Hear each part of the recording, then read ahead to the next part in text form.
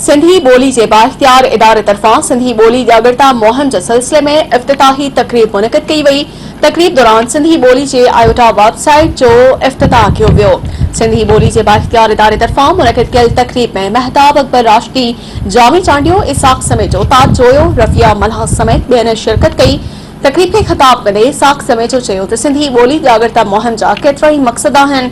सिंधी ॿोली 5000 साल पुरानी ॿोली आहे, जंहिंजो मिसाल मोहिंजे दड़े जी तहज़ीब मां मिले थो।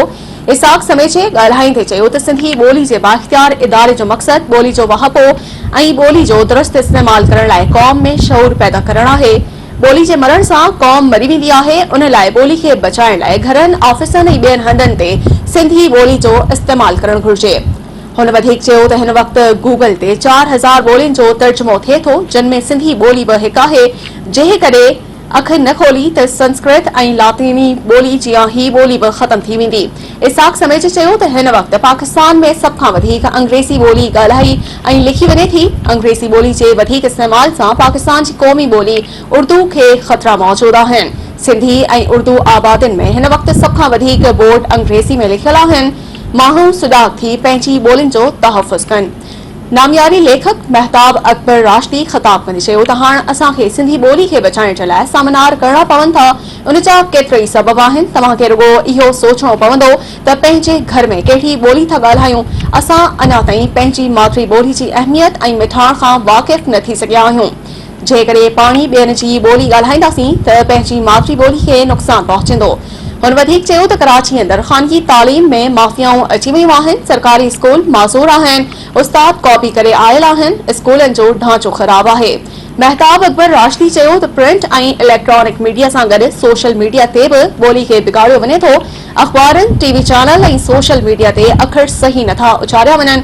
न्यूज़कास्टर ऐं प्रोग्राम्स जा मेज़बान ज़ात ऐं इलाइक़नि जा नाला दुरुस्त नथा वठी सघनि। हुन जो चवणु हो त अंग्रेज़ आया, उन्हनि सिंधी अल्फाबेट ठाहे ॾेई विया, न त असां मोगा थी वेठा हुजूं हा। ॿोली जे बचाव वारे कम में पहिरियां पंहिंजो पाण खे शुरूआत करणी पवंदी। कॉपी कल्चर सां गॾु पंहिंजनि ॿारनि खे बोर्डनि मां पैसा ॾेई ग्रेड वठी ॾियण वारे कम खे बंदि करणो पवंदो। ताज जोए ख़िताब कंदे चयो त 1972 में पास कयल ॿोली एक्ट ते अमल करायो वञे। सिंधी ॿोली खे दफ़्तरी ॿोली करार ॾेई असेंबलियुनि में बजट बि सिंधी में पढ़ी वञे। शहरनि, रोडनि ऐं रस्तनि जा नाला सिंधी में लिखिया वञनि। नेशनल हाईवे अथॉरिटी ऐं यूनिवर्सिटियुनि खे ख़त लिखियो वञे त हू रोडनि जे किलोमीटरनि जा बोर्ड में सिंधी में ठाहे लॻाइनि। हुन चयो त ख़ानगी स्कूलनि खे सिंधी पढ़ाइण जो पाबंद बणायो वञे। सिंधी न पढ़ाईंदड़ स्कूलनि जी रजिस्ट्रेशन रद्द कई वञे। जामी चांडीअ ख़िताब कंदे चयो त सिंधी ॿोली जे वजूद जे साम्हूं 5 मैदान आहिनि, जिन खे संभालण सां ॿोली खे तरक़ी वठाए सघिजे थी। 75 साल गुज़री वञण बावजूद सिंधी ॿोली खे क़ौमी ॿोली जो दर्जो न मिली सघियो आहे। उन लाइ सिंध जे शऊर खे घुर्जे त हू रियासत खे मजबूर करे त जीअं हू सिंधी ॿोली खे क़ौमी ॿोली जो दर्जो ॾे। जामी चांडियो जो चवणु हो त आइन में गुंजाइश आहे त हर सूबो पंहिंजी ॿोली खे दफ़्तरी ॿोली जो दर्जो ॾेई सघे थो। उन लाइ सिंध हुकूमत खे घुर्जे त हू सिंधी ॿोली खे दफ़्तरी ॿोली जो दर्जो ॾेई अदालतुनि समेत सरकारी ऑफिसनि में सिंधी ॿोली इस्तेमाल कराई वञे। रियासत ऐं हुकूमत जे मुजरमानी ख़ामोशी सबब सिंधी ॿोली खे क़ौमी ॿोली जो दर्जो न मिली सघियो आहे। हुन वधीक चयो त अरब मुल्कनि में ॿाहिरे मुल्कनि जा माण्हू वधीक रहनि था, पर कंहिंखे बि जुरत नाहे त हू अरबी ॿोली खां सवाइ ॿी ॿोली इस्तेमाल करे सघनि। ॿारनि जे वालिदेन खे घुर्जे त पंहिंजे ॿारनि जे स्कूलनि खे सिंधी ॿोली पढ़ाइण लाइ ख़त लिखनि। डॉक्टर सैयद जाफ़र अहमद ॻाल्हाईंदे चयो त नओं जनम वठंदड़ ॿार जे वजूद में ॿोली संभाल हूंदी आहे, छो जो ॿार जे कननि में जॾहिं माउ जो आवाज़ पहुचंदो आहे त उहो आवाज़ मातृ ज़बान जो हूंदो आहे। मातृ ज़बान सां क़ौमनि जी सुञाणप थींदी आहे। उन लाइ मातृ ॿोलियुनि खे बचाइण ऐं उन जी तरक़ी लाइ कोशिश करणी पवंदी।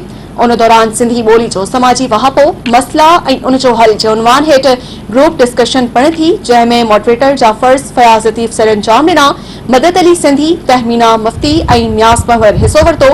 उन दौरान मीडिया, तालीम ऐं कारोबारी शोबनि में सिंधी ॿोली जे दुरुस्त इस्तेमाल बाबति माहिरनि ते ॿधल वर्किंग ग्रुप ठाहिया विया, जिन पंहिंजूं सिफ़ारिशूं पेश कयूं, जिन ते सिंधी ॿोली इख़्तियारी तरफ़ां अमल करायो वेंदो।